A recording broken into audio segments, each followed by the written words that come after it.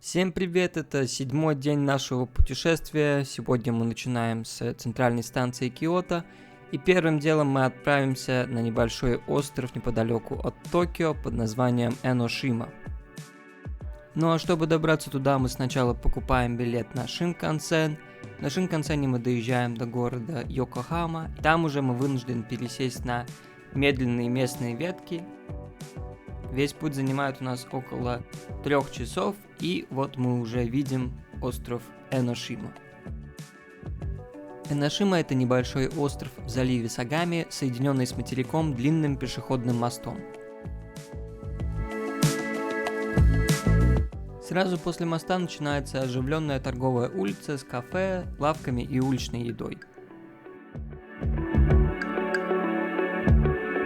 Ну а в конце этой улицы начинается подъем к местному храму, маяку и отличным видам.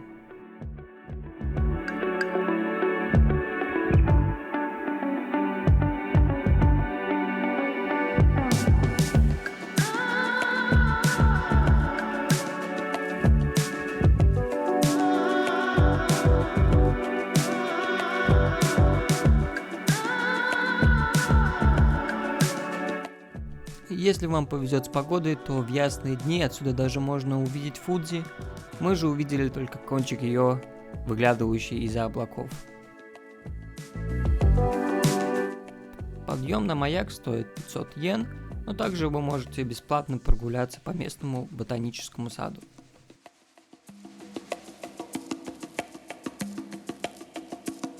С маяка открывается отличный вид на город, побережье, море и горы вдалеке.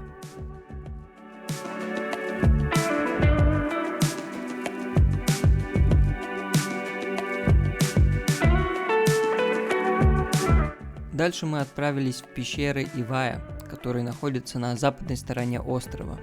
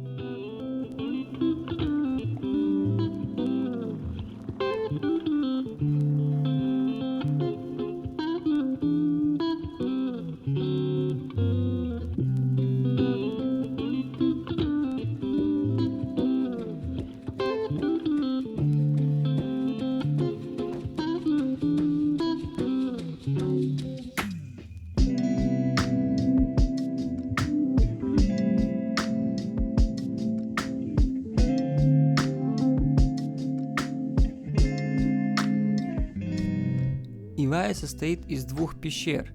Первая примерно 150 метров вглубь, и на входе в нее тебе дают такие прикольные фонарики со свечками. Раньше люди верили, что эта пещера соединена с другой ледяной пещерой у подножия горы Фуджи.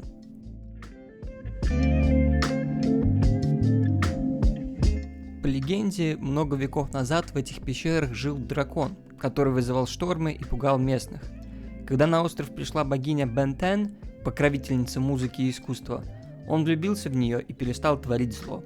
С тех пор дракон стал хранителем Эношимы, а в пещере осталась его духовная сущность. Местные верят, что если загадать желание у статуи дракона, оно исполнится.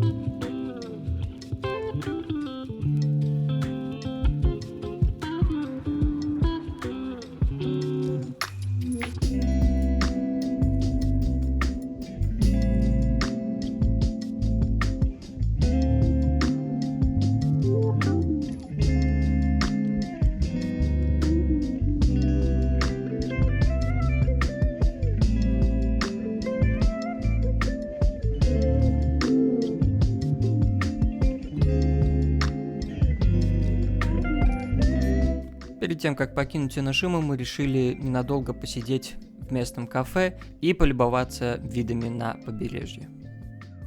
Там же мы заметили довольно больших птиц, летающих вокруг острова. Это черные коршуны. Они здесь довольно распространены и совсем не стесняются выхватывать еду прямо из рук у неосторожных туристов.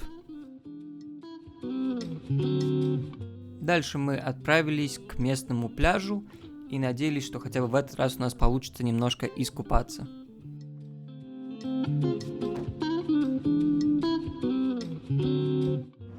Никто не купается.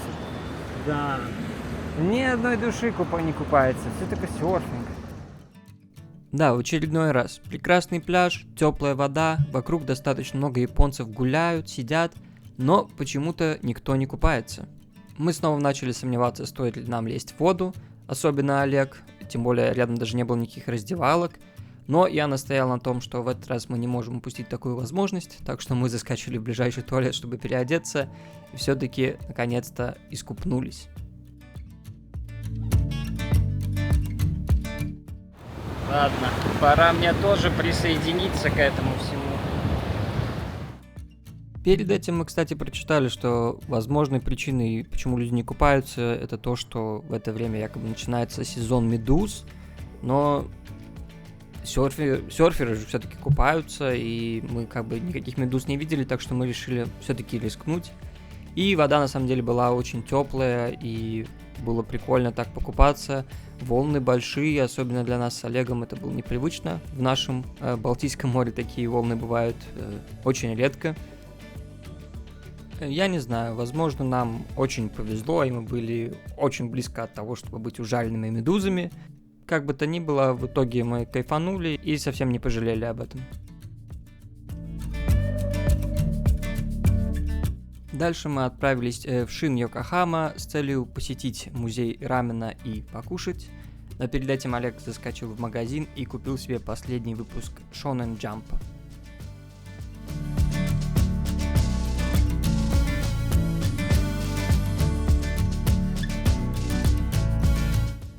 Это Япония из разных раменов, Олег. Это же круто. Это, видимо, где какой рамен популярен и откуда происходит. Это же fascinating. Помимо исторических экспонатов, рассказывающих, как появился рамен и из чего его делают, на нижнем этаже находится главная достопримечательность. Это реконструкция улиц старого Токио 1958 года, когда рамен стал массовым блюдом и символом повседневной Японии. Там находится много разных заведений, которые специализируются на разных видах рамена со всей Японии. У всех в меню есть опция взять уменьшенные порции, чтобы ты мог попробовать несколько разных в разных заведениях. Музей, конечно, прикольный такой, как интересно. Да. Куча всяких разных раменов можно попробовать. Много разных раменов. Это прикольно. Мне нравится. Мы берем, я предполагаю, наверное, вот этот просто шеф-скелл, ничего себе. Вот такие? Давай. Small. Первым делом мы взяли по маленькой порции соевого рамена, который, наверное, является самым классическим.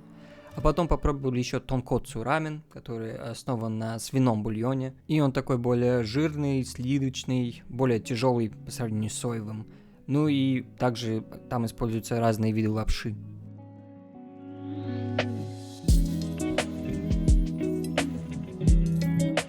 Мы разделились, потому что я хочу попробовать третий рамен маленький, а Олег уже, ему было enough, так что он пока посидит и подождет меня.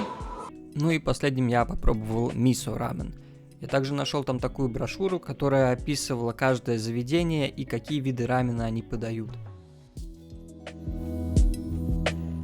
Мы очень вовремя пришли, потому что сейчас народу намного больше. Так что, да, лучше приходить днем. Дальше мы отправились в Йокохаму, чтобы немного погулять по променаду и полюбоваться ночным городом. Ну и также там рядом находился как раз наш отель.